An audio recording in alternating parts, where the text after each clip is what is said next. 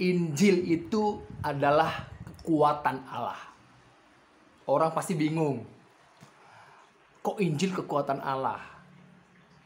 Banyak orang bingung memahami tentang Injil itu. Injil itu adalah kekuatan Allah. Orang bingung. Injil itu apa? Dan banyak berkeliaran manusia-manusia yang dengan jidatnya sendiri yang dangkal dan berdosa itu asik membahas penafsiran seenaknya tentang Injil, padahal nggak dipahami. Coba perhatikan, banyak sekali manusia-manusia berdosa dengan seenak jidatnya menyampaikan tentang Injil. Yang dia sampaikan adalah palsu, tidak benar. Kenapa tidak benar dan palsu? Karena orang-orang itu tidak percaya, tidak memiliki iman yang bersumber pada Kristus Yesus. Seperti yang saya katakan di awal, Injil itu adalah kekuatan Allah. Dan hari ini Uncle Mandil, ya, saya adalah orang Kristen. Arti dari orang Kristen, orang yang memiliki, yang imannya bersumber kepada Kristus dan memfokuskan iman itu kepada Kristus. Jadi sumber fokus adalah Kristus. Itu dia. Kristus yang telah dibangkitkan dari antara orang mati. Jadi imanku gak sia-sia. Sebagai orang Kristen tidak sia-sia. Karena aku bersumber imanku pada Kristus yang telah bangkit dan telah dibangkitkan dari antara orang mati. Dan saat ini ada di sorga. Dan dia berjanji datang kembali. Dan hari ini saya buka dalam Roma pasal pertama ayat yang ke-16. Saya akan bacakan. Sebab aku mempunyai keyakinan yang kokoh dalam Injil. Karena Injil adalah kekuatan Allah yang menyelamatkan setiap orang yang percaya. Nih. Pertama-tama orang Yahudi.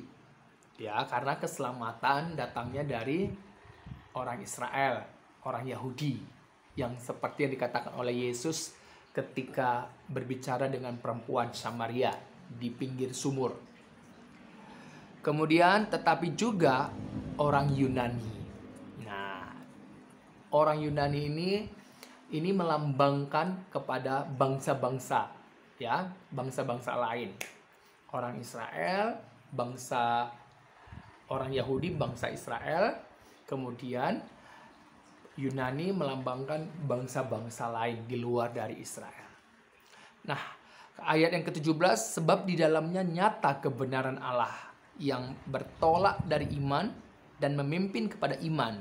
Seperti ada tertulis, orang benar akan hidup oleh iman. Tadi di ayat yang ke-16 dikatakan, sebab aku mempunyai keyakinan. Yang berbicara ini siapa? Yang berbicara ini adalah Rasul Paulus. Jadi Paulus itu dia mengalami pertobatan, ya, dia mengalami pertobatan dan dalam pertobatannya dia dipakai oleh Allah, ya, untuk pemberita Injil bagi bangsa-bangsa lain. Makanya dikatakan di dalam ayat yang ke-16, sebab aku mempunyai keyakinan yang kokoh. Nah, dalam Injil, karena Injil adalah kekuatan Allah. Nah, sekarang apa itu Injil? Tadi sini sudah dikatakan, Injil itu adalah kekuatan Allah. Kekuatan Allah yang menyelamatkan setiap orang percaya. Kalau saudara perhatikan di dalam Yohanes 3 ayat yang ke-16. Karena begitu besar kasih Allah akan dunia ini, sehingga ia telah mengaruniakan anaknya yang tunggal, supaya setiap orang yang percaya kepadanya tidak binasa, melainkan beroleh hidup yang kekal. Berarti Injil yang dimaksud, Injil kekuatan Allah ini adalah berbicara fokus kepada anak tunggal Allah. Siapakah dia? Yesus Kristus. Seperti yang Allah telah katakan kepada dia, menyuruh malaikat Gabriel menyampaikan kabar berita kepada Yusuf, kepada Maria. Hendaklah engkau menamai dia Yesus, karena dialah yang menyelamatkan umatnya dari dosa mereka. Dalam Matius pasal 1:21 dan dalam Lukas pasal 1. Hendaklah engkau menamai dia Yesus. Dan dalam pemberitaan yang ditulis oleh para rasul, seperti yang ditulis oleh Rasul Paulus di dalam 1 Korintus 15 ayat 17 sampai yang ke-22, Kristus telah dibangkitkan dari antara orang mati. Itu setelah menyelesaikan misi dari apa yang telah dibawanya dari Bapanya. Dia telah mati, dibangkitkan dari antara orang mati, dan dia telah naik ke sorga. Inilah yang diberitakan. Injil itu yang dimaksud adalah Yesus Kristus yang telah datang. Seperti yang dikatakan dalam Yohanes pasal 1 ayat 1, 2, 3, dan 14. Firman itu telah menjadi manusia. Ya, firman itu telah menjadi manusia. Yesus Kristus adalah kasih karunia Allah yang menyelamatkan setiap orang yang percaya kepadanya. Jadi percaya inilah iman. Percaya inilah iman yang dibentukkan dalam tindakan aktif, dalam tindakan. Makanya dikatakan di dalam Roma pasal 10 ayat yang ke-17, firman, pendengaran akan firman Kristus. Iman timbul dari pendengaran akan firman Kristus. Roma 10 ayat 17. Jadi firman Kristus, Kristus yang dalam teks Yunaninya adalah Kristos, yang artinya yang diurapi, dalam Ibrani Mesia. Makanya Yesua Hamashiach, Yesus Kristus dalam bahasa Indonesianya. Jadi ini saudara, ini dia berita keselamatan, Injil keselamatan, kekuatan Allah, yaitu anaknya yang tunggal, Yesus Kristus yang telah menyelesaikan misi yang dibawa dari Bapanya, ya, yang telah menyerahkan dirinya, ya, sebagai tebusan bagi banyak orang, menjadi tebusan bagi banyak orang. Banyak orang itu siapa?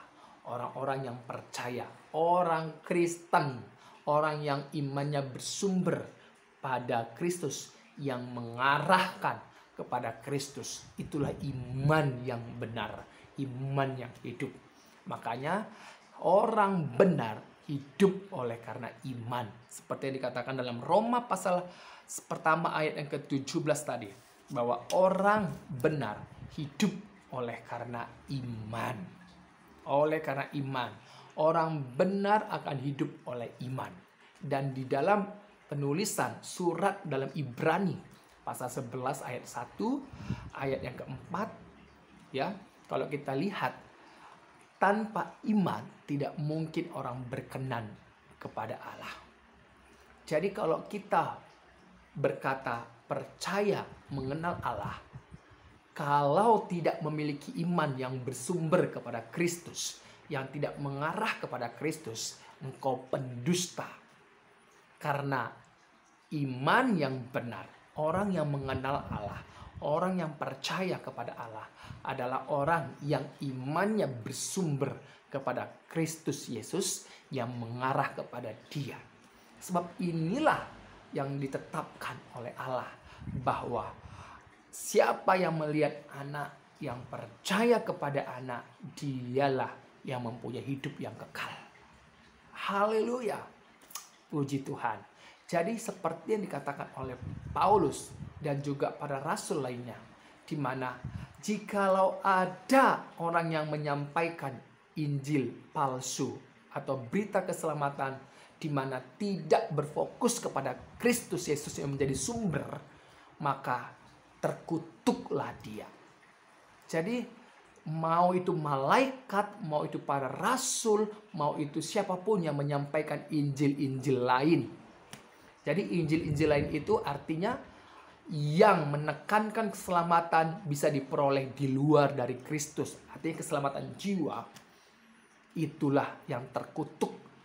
Makanya dikatakan bahwa janganlah mau digoyang lagi imanmu dalam Kristus Yesus.